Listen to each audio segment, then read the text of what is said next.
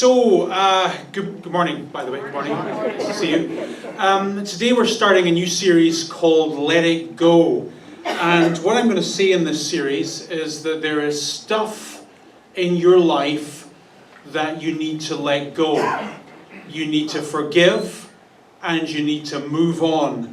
And as soon as I say that, you realize that this is not going to be an easy series.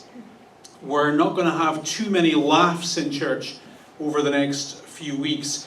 Because when we talk about forgiveness, what we're really talking about is that time when you were rejected.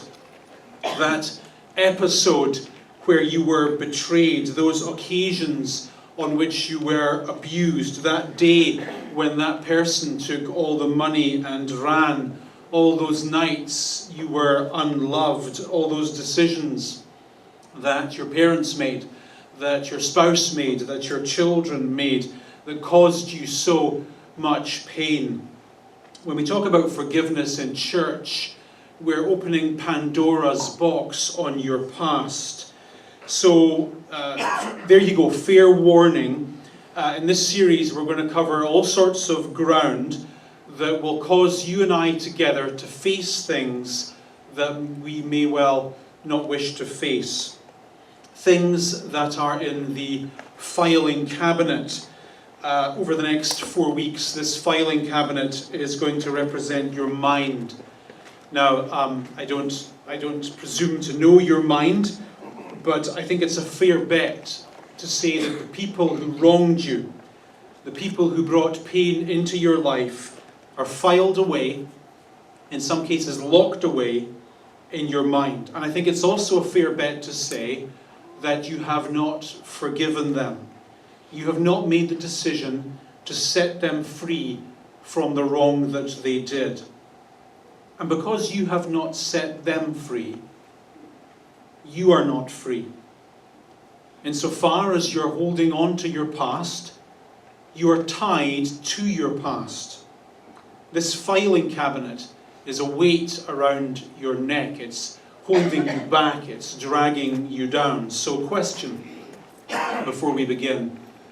Who, what is in your filing cabinet? Who are the people who have caused you so much pain? And the irony, of course, is that those people today are busy getting on with their life. They're perfectly free to love, to live, to laugh, to dance, to drink, to enjoy themselves, and yet here you are with this huge weight around your neck.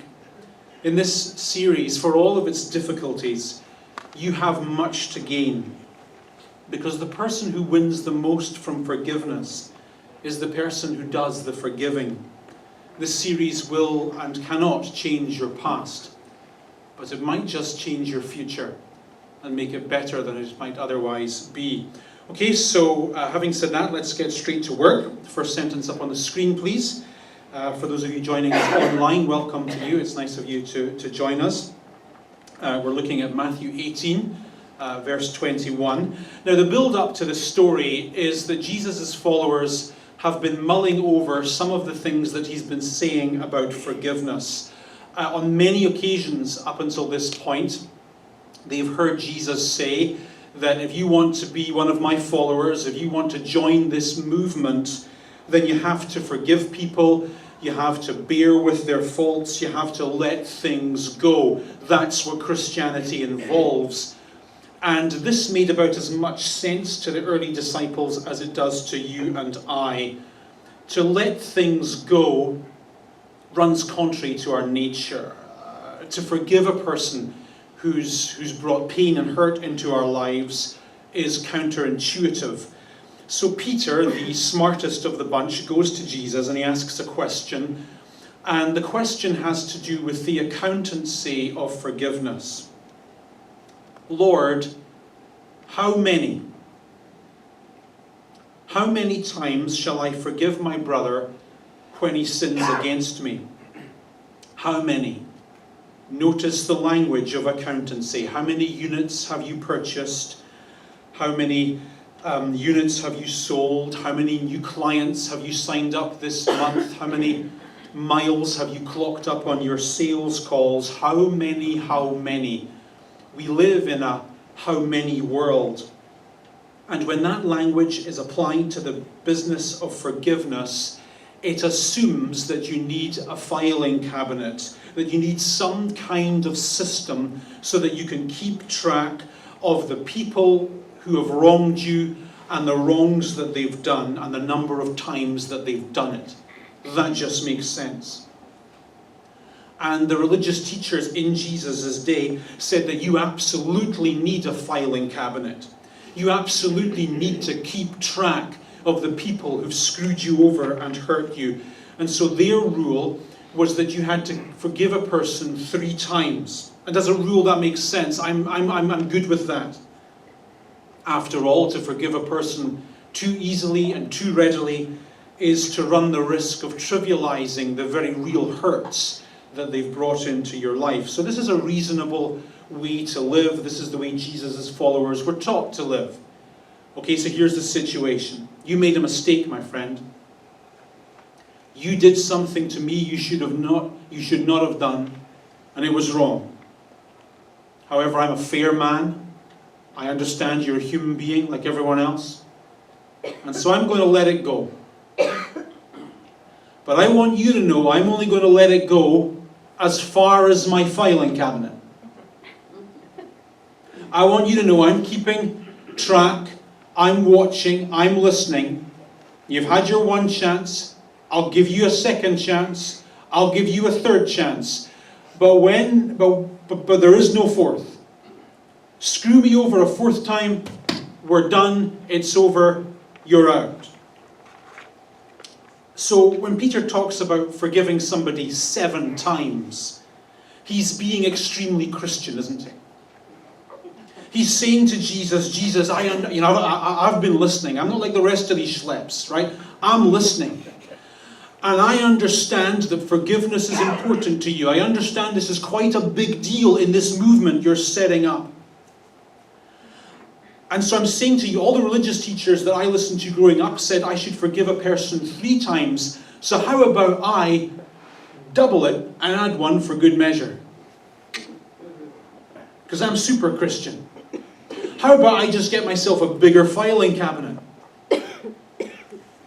So that I can keep track of things up to 7 times. At this point, Jesus, disappointingly, shakes his head and says, no, not 7 times.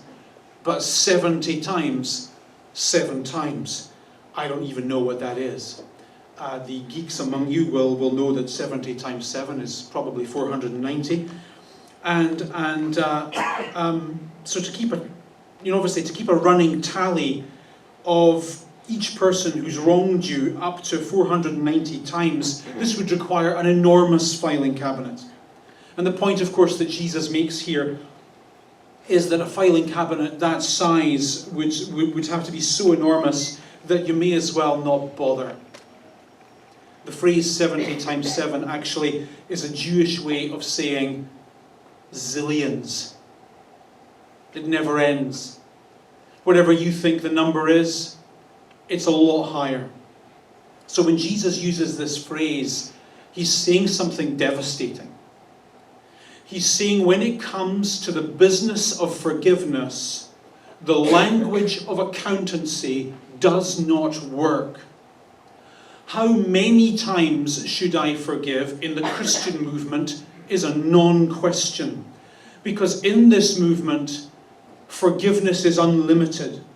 And therefore, you don't need a bigger filing cabinet. You need to get rid of the filing cabinet altogether. Now, of course, this raises the question, what kind of an idiot would require unlimited forgiveness? What kind of an idiot would make a mistake and say sorry and get forgiven and make the same mistake again and live in that cycle ad infinitum? I won't even bother to try and answer that question. Let's just move on. So the thesis is that to be a part of this Jesus movement, you have to learn to live without resentment. You have to forgo the right not to forgive and let things go. And then to prove that thesis, Jesus then tells a story. And he prefixes that story with the words, the kingdom of heaven is like. And that's an important phrase. He's saying, hey, you guys are all into this thing. You've signed up for this thing. And the end game of this thing is heaven. Here's what that means. Here's what you need to do. He says it's like this. There was a king who wanted to settle accounts with his servants. So in this sentence we learn that there's a king who is in business, and being in business, he has books, he has accounts, he has records of what's going out and what's coming in. Question, is it good business practice to have records of what's going out and what's coming in? Of course it is. And the king in this story, it seems, is in the good business. And so when he opens his books, the numbers reveal that a particular man owes him 10,000 talents. Now, when Jesus mentions the phrase 10,000 talents, his audience would have gasped in shock, because in the ancient world, the only people who spoke in talents were central bankers and treasury ministers. To give you an idea of the sums involved, in first century Palestine, it would take someone who had an average job 17 years to earn 1 talent. So this fella owes 10,000 talents. So this phrase Jesus uses here is basically a way of saying millions, billions of dollars. This particular man is so far in the red, he's made so many mistakes that he has rows and rows of filing cabinets dedicated to his stupidity. There are enormous records outlining all of the errors he's made in life. And because the king in this story is in the good business, he has to deal with those mistakes. He can't just let them go. There has to be a conversation. This is just business. Therefore, Jesus says, since he was not able to pay, the master ordered that he and his wife and his children and all that he had be sold to repay the debt. When you're in the good business, you have to do something about what you're owed. You have to recoup every penny that you can. That's just business. And I say every penny that you can because, of course, what the king does in this story is little more than a punitive measure. This man owes him millions, billions of dollars. He clearly doesn't have millions, billions of dollars. So therefore, this thing that the king does of stripping him of all his assets is not going to get him his money back. But that doesn't matter, because he is going to get some of his money back. And getting something back is better than getting nothing back. Do you agree? It's all about numbers. How much? How many? The wrong you did, the punishment I will give you. It's just business. So I'll seize your assets, I'll auction them off. I'll seize you and your family, and I'll sell you off into slavery or indentured labour. And after I do all that, my minus column will look a little bit better, my plus column will look a little bit better, and more importantly, everyone else will think twice about screwing me over. That's one of the issues with forgiveness and resentment, isn't it? If I let you off, then people will think I'm soft. People will think I'm weak. And so I'm not going to let you off. I'm going to get revenge. I'm going to crush you. I'm going to finish you. And I do that by being resentful, so I think. Next sentence. The servant fell down on his knees before him. Be patient with me, he begged, and I will pay back everything. I love the optimism there. There's almost no substance to this sentence, is there? The past cannot be undone. This man has incurred a debt that in our currency is simply unpayable, and he just doesn't have that money. His liabilities far outweigh his assets. So what does he think he's seriously going to do? Win the lottery? I don't know. He's never, ever, ever going to be in the black. He can't undo the past. And when we talk about forgiveness in church, that's something that we have to face. We have to accept this full on. The past is unchangeable. The wrong that was done to you has been done. It cannot be undone. Those days, those moments, those decisions, they cannot be relived. They are fixed points in your personal history. And so when we talk about forgiving, we're not talking about you having a revisionist view of your personal history and saying silly things like, it didn't matter, and it doesn't hurt. It did happen. It does matter. And the hurt you felt and feel, you are right to have felt and to feel. It was really wrong. But it cannot be undone. So what the man is really asking for in this sentence is patience. The word patient in this sentence literally means, in first century Greek, will you have a big heart towards me? Will you cut me an enormous amount of slack? I'm fessing up. What I did was wrong, and I can't undo the wrong that I did. So your books are right. Those files in the filing cabinet of your brain, they contain an accurate version of events. What I'm asking for is for you to set me free from the wrong that I did. You're absolutely right. I did those things and I shouldn't have done them. Please, cut me some slack and set me free. Next sentence. Happily, Jesus says, the servant's master took pity on him, cancelled the debt, and let him go. Cancelled the debt. Let him go. I was thinking about that a bit this week, and the more I thought about it, the less sense it made to me. Debt cannot really be cancelled. In this story, real money has really been lost. The numbers in these books are tangible, they are actual, so real money is therefore owed. So when Jesus says that the king cancelled the debt, what Jesus really means, of course, is that the king decided to just soak up the debt personally. The debt has to go somewhere. And to understand forgiveness, you have to understand this: someone always bears the cost for the pain, and that someone has to be you.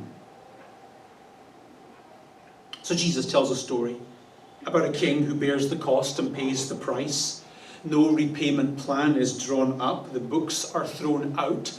The filing cabinet is destroyed. The question of how many and how much and how often no longer applies. In this moment, the king decides there's going to be a new system from now on.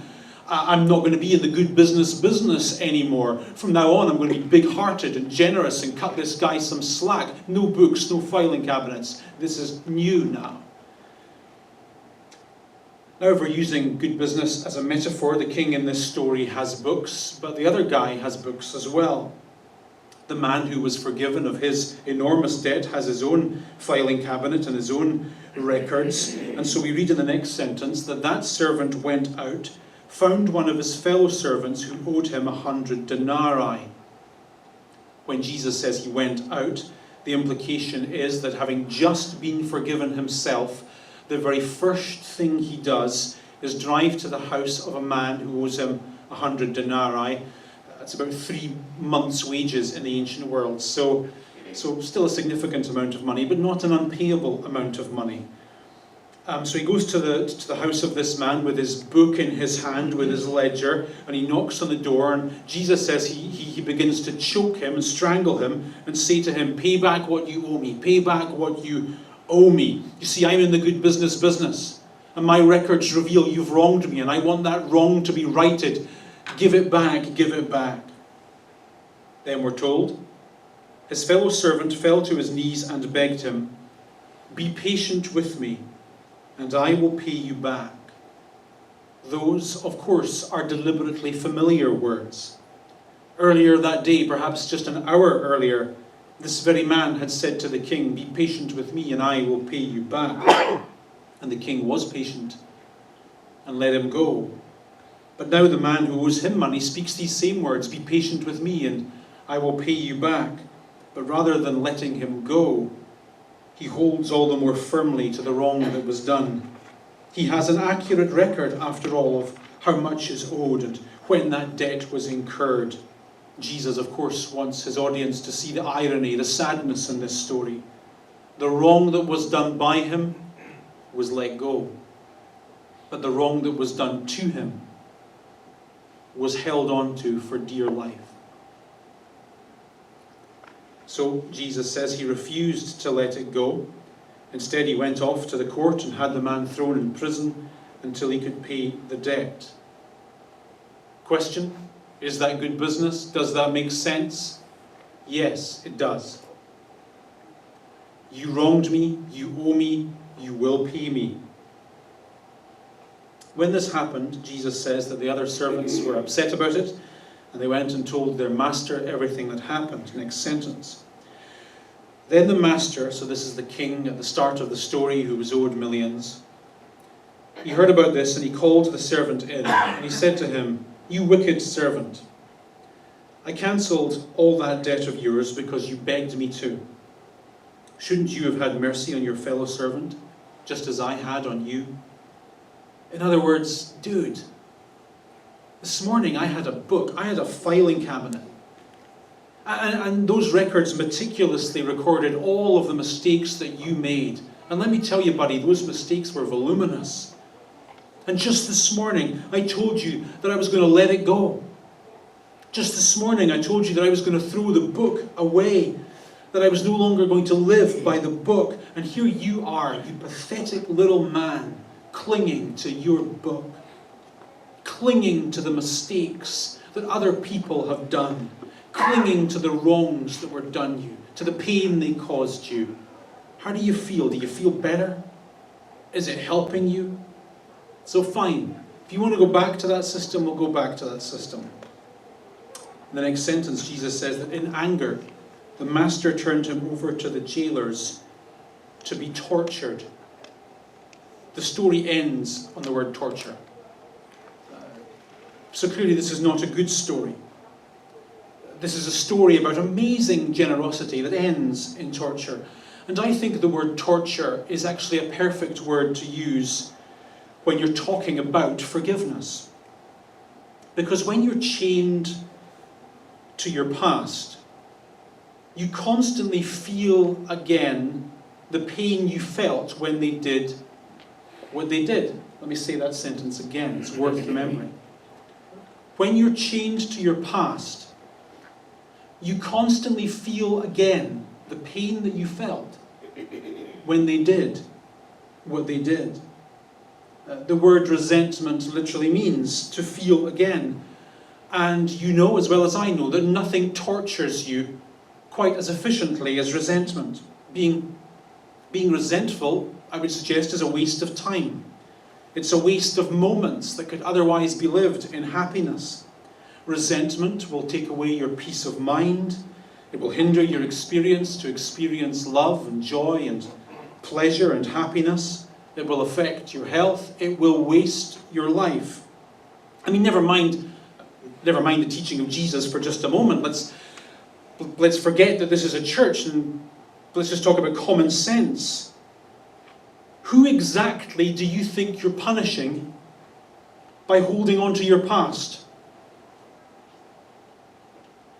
Who do you think you're hurting by not letting go of what they did? Who are you punishing?